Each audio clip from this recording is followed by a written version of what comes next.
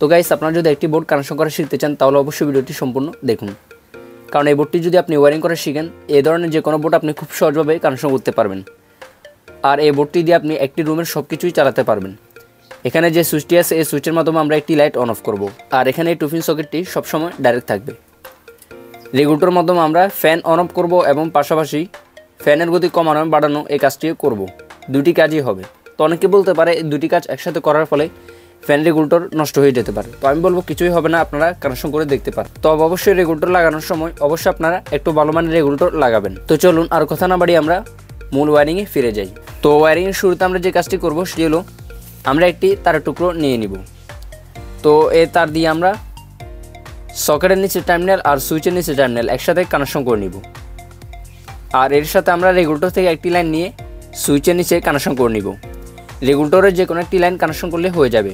তো আমরা এই পাশের লাইনটি এই সুইচের নিচে টার্মিনালে কানেকশন করে দিচ্ছি। তো গাইস, আপনারা দেখতে পাচ্ছেন আমরা সকেট, সুইচ এবং কি ফ্যান রেগুলেটর একটি লাইন, আমরা 3টি লাইন একসাথে কানেকশন দিয়ে দিছি। ঠিক আপনারা এভাবে লাইনগুলো কানেকশন করে নেবেন। তো এটা হচ্ছে প্যারালাল কানেকশন। তো এখন আমরা এই রেগুলেটরের মধ্যে ফ্যানের লাইন কানেকশন করব। তো আমি আপনাদেরকে সহজে বোঝানোর জন্য একটি লাইট কানেকশন করে দেখাচ্ছি। তো এখান থেকে আমরা যে কোনো একটি লাইন নিয়ে নিব, নিয়ে আমরা রেগুলেটরের যে বাকি লাইনটি আছে এখানে কানেকশন করে নিব। তো কানেকশনটি হয়ে গেলে এখানে আমরা ট্যাপ লাগিয়ে নিব। তো ফ্যানের লাইনটি আমরা রেগুলেটরের লাইনের মধ্যে কানেকশন দিয়ে দিছি। এখন বাকি আছে নিউট্রাল। তো নিউট্রাল আমরা একটু পরে কানেকশন করব।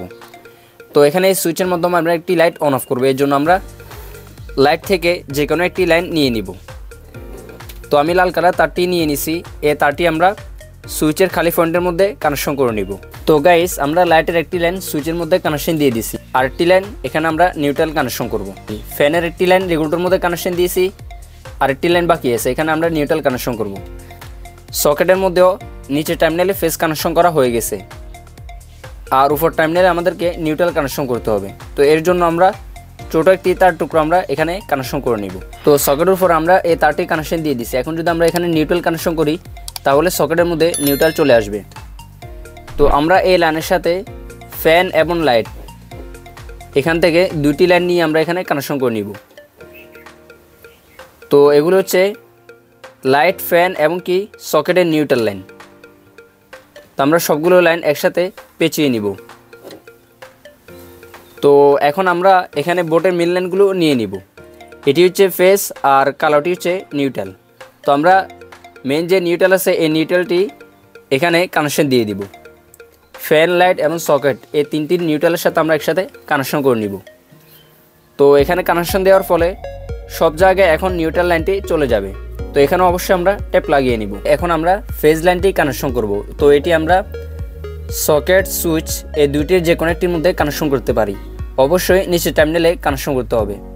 তো আমরা এই সুইচের নিচে টার্মিনালে ফেজ লাইনটি কানেকশন করে দিচ্ছি। তো গাইস, আমরা ফেজ লাইনটি সুইচের নিচে টার্মিনালে কানেকশন দিয়ে দিচ্ছি। এখন সুইচ, সকেট এবং কি রেগুলেটর 3টির মধ্যে ফেজ লাইনটি চলে যাবে, আর নিউট্রাল সবগুলো একসাথে এখানে কানেকশন করা আছে। এখানে মেন নিউট্রালটি আমরা ডাইরেক্ট কানেকশন দিয়ে দিছি। তো গাইস, আমাদের এই বোর্ডের মধ্যে এখন লাইন আছে। এখন যদি আমরা সুইচটি অন করি দেখতে পাচ্ছেন লাইটটি জ্বলতেছে।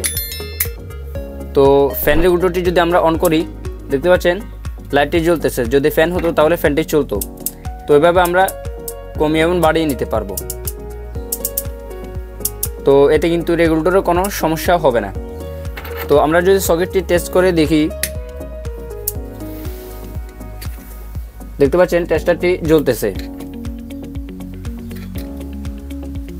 তো গাইস, ভিডিও দেখে যদি আপনারা উপকৃত হয়ে থাকেন তাহলে অবশ্যই ভিডিওতে একটি লাইক করবেন এবং কমেন্ট করে জানাবেন ভিডিওটি আপনাদের কেমন লেগেছে। আর এরকম নিত্য নতুন ভিডিও পাওয়ার জন্য আমাদের চ্যানেলটি এখনই সাবস্ক্রাইব করে বেল আইকনটি অল করে রাখুন, তাহলে পরবর্তী ভিডিওগুলো আপনারা মিস করবেন না। দেখা হবে আগামী কোনো ভিডিওতে। ততক্ষণ পর্যন্ত ভালো থাকুন, সুস্থ থাকুন।